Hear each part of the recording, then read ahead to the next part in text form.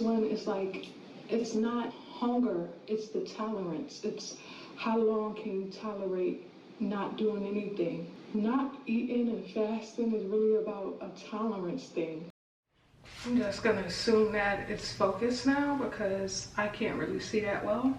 Anywho, today is day 5 and I'm feeling great. I'm feeling much better than I was feeling yesterday. I rested a lot yesterday. I laid down quite a bit.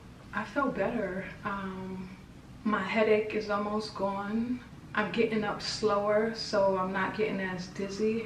What I'm realizing with this second 40-day fast is I'm never actually hungry during the whole thing. The first video I did with my 40-day fast, I don't remember saying that I was hungry once. People, even on like social media and stuff, a lot of people are like having memes up saying that they just ate 10 minutes ago and they're about to eat again. It's like they're not actually hungry. I think that they're bored. Eating to me is something to fill up your time. Like when you're bored, when you don't have nothing else to do, you snack. That's how I really feel about food. When your body really needs to eat, that it would let you know, of course, it would let you know. But for the most part, people eat just to fill up time, like what they're doing with this quarantine. A lot of people are like eating a lot. A lot of people are gonna gain a lot of weight from this quarantine.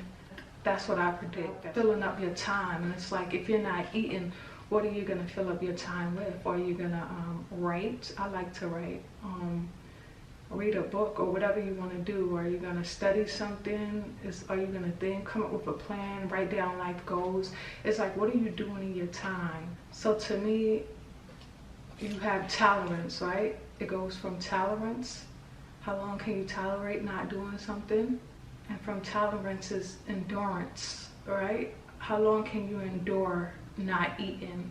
How long can you endure, and how long can you endure not doing something? How long can you endure pain? How long can you endure the cold? How long can you endure the heat? It's endurance. And then and which that leads to is patience. You have to have patience. So it's tolerance, endurance, and patience.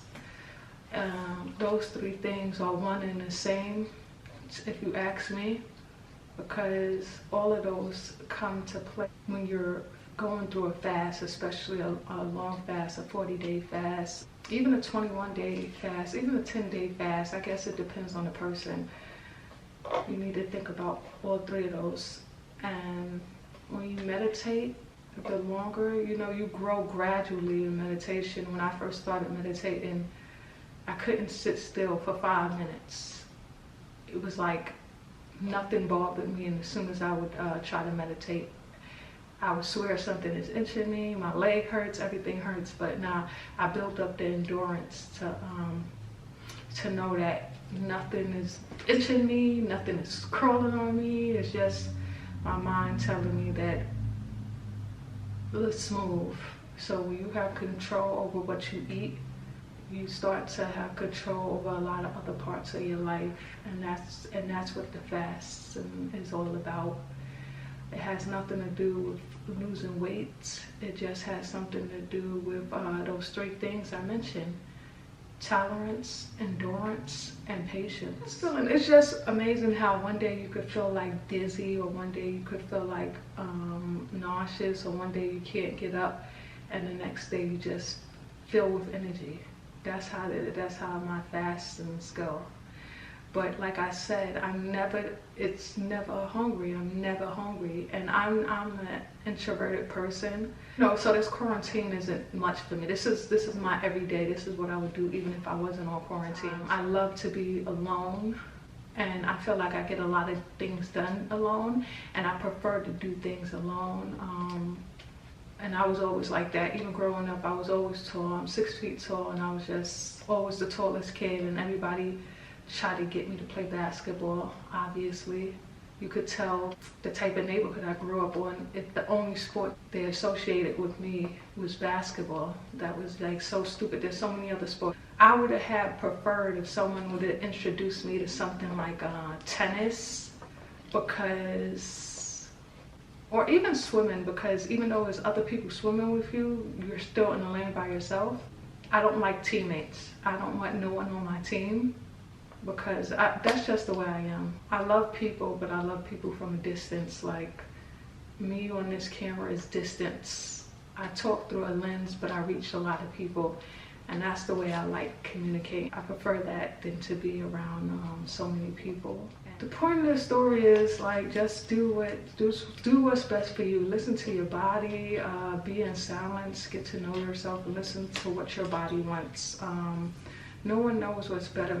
No one knows what's best for you than you. So yeah.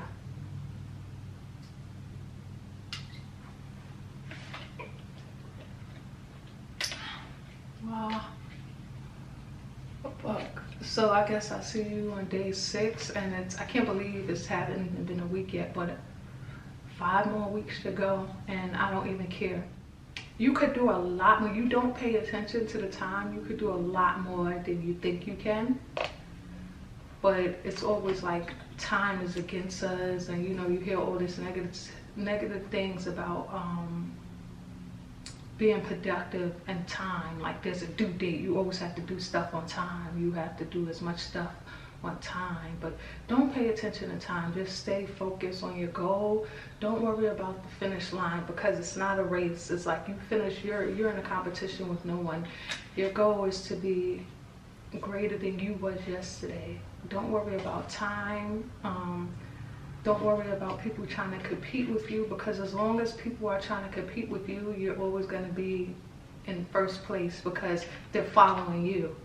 So, hey, you can do whatever you decide to set your mind to. Day 5, I'm feeling great. Obviously feeling great, as you can tell. And I see you guys tomorrow.